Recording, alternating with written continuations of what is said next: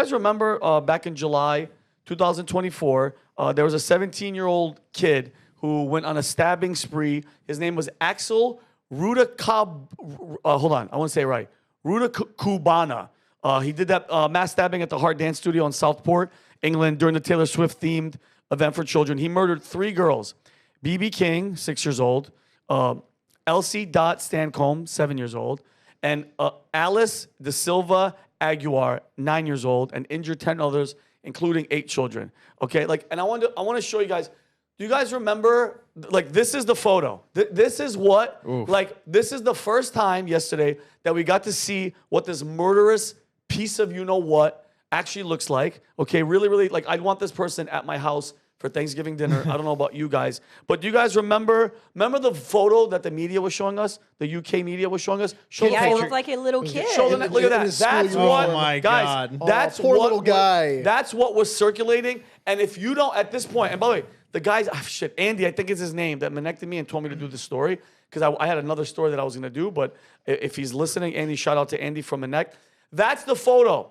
You tell me, be real, guys, what does that mean from the mainstream media that they're showing you that, Connor? Honestly. It's the same reason they showed us Trayvon Martin's 5th grade photo and Mike Brown's high school graduation photo. They always take the most psychotic people and find the nicest, sweetest photo of them when they're trying to convince you that this person is not an absolute monster.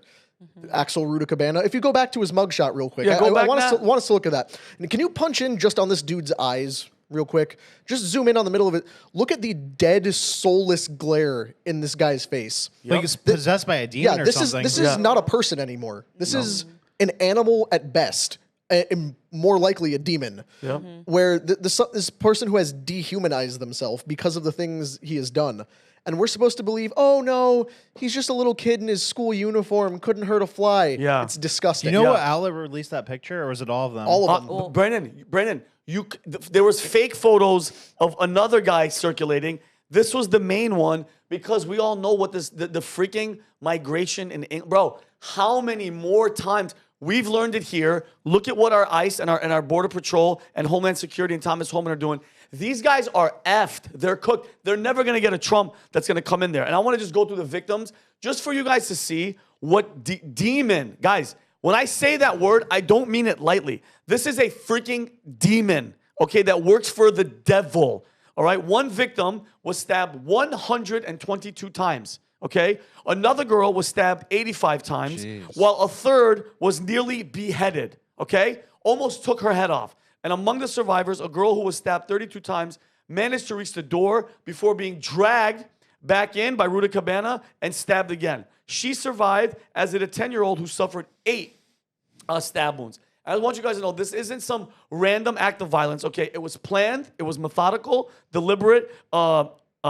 Rudakubana arrived disguised as a surgical mask and a hoodie using fake name to evade attention. And guys, you know all the red flags that we always talk about? Look, did you guys see his room? What's up with his parents? Look at his freaking room, okay? And look at this tweet by Seek the Truth. You mean to tell me that this dude let this stuff around the family home and parents didn't know? Literal poison, making ingredients, and knives. And they need to be held accountable. They knew. Look at the shit in this guy's room. And on the bottom left, that's freaking chemicals because he had ricin. Didn't they find Al Qaeda manuals as well? Okay. Yep. This is what I'm going to right now.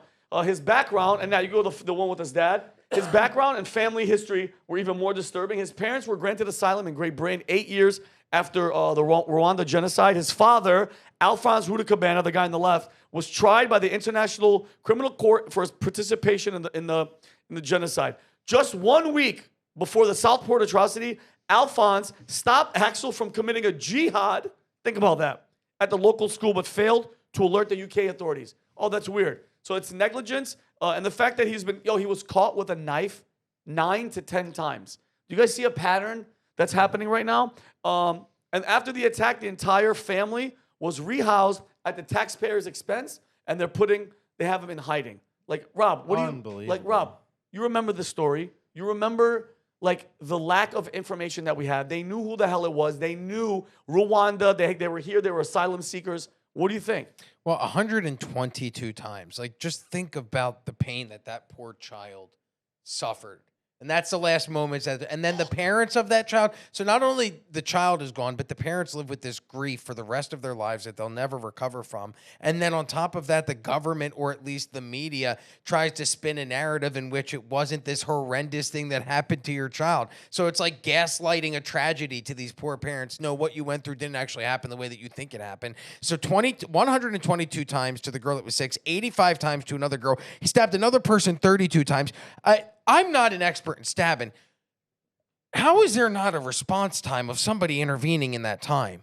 Right? I mean, look, 1, 2, 3, 4. I did 122 times to one person, and then you go and do it to 80. How many? 8 times, 4 times, 3 times, 32 times, 85 times, 5 times. Like this is 25 insane. minutes. And there was no response time by the police to stop this, or no men who intervened and stopped this guy from doing it. Well, like, the unfortunately, only woman that I see here was a woman named Leanne Lucas, received 5 stab wounds as she screamed, "Run away for the children," survived despite life-threatening conditions. So how is nobody intervening and stopping this? Unfortunately, like Australia, the UK does not have a Second Amendment. And I believe that even the police officers, like, you need to be a certain level of a police officer to even have a gun. The majority of them have batons. So did they even feel like they could apply proportionate force as somebody who's going ham with a knife while in a completely insane, psychotic state? Like, you know, this, unfortunately, this is the downside of being in a country that does not have any Second Amendment rights. That's the most clear-cut case for it, too, because even if, you know, all the cops in the UK were fully armed, they're still who knows how long away before they can respond to this. There might not be a cop around the corner. It might take them a couple minutes to get there.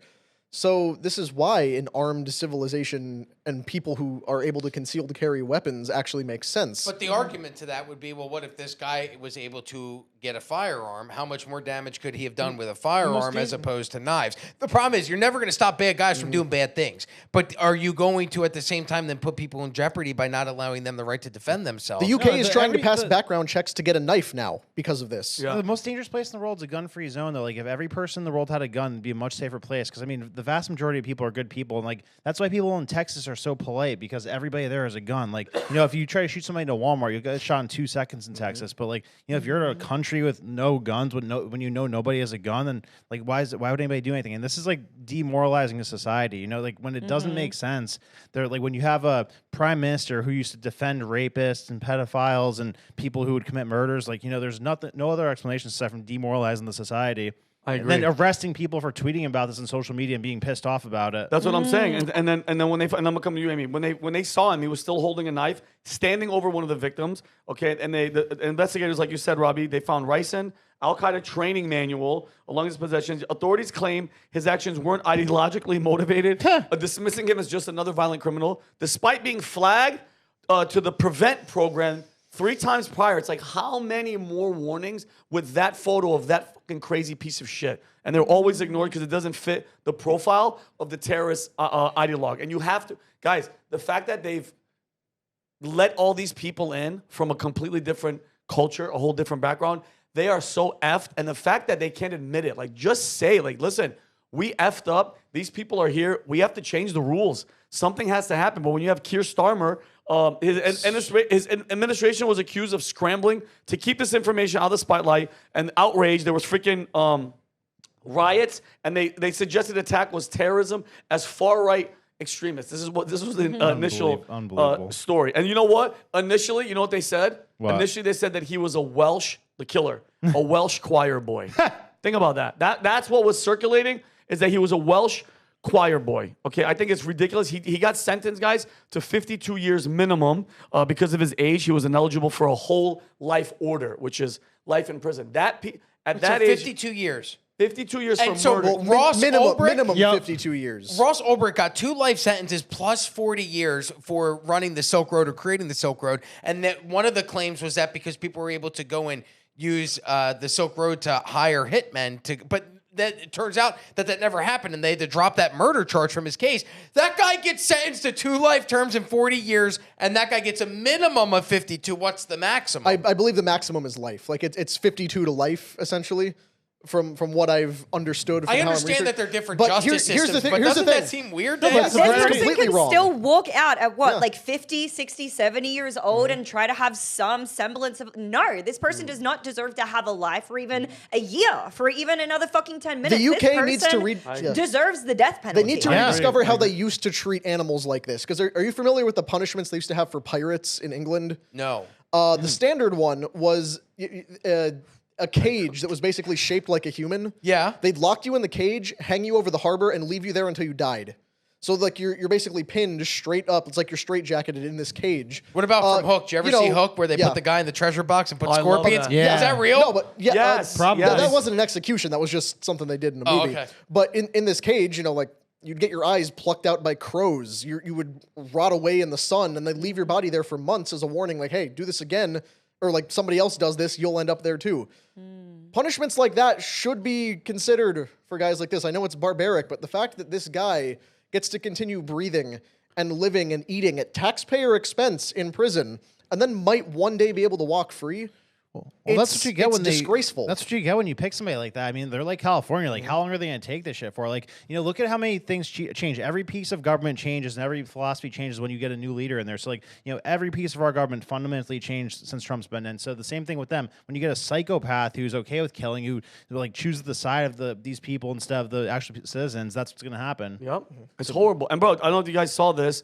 Somebody's reporting, Sky News journalists, they're reporting this story, and some guy, I think it's a caller, he calls in. They have to cut the conversation short because the guy's blaming the police and politicians for refusing to enforce the law against dangerous individuals like this piece of trash, Axel, whatever the fuck his name is. I'm going to give his name. So play this. Look at the end when she's like, no, like cut him off. Look at this. Oh my god. In my mind, had people done their job better in the last few years in relation? Well, go back. What happened? Can you get some more volume? There you go. Play it. Oh, there it is. We can't hear it.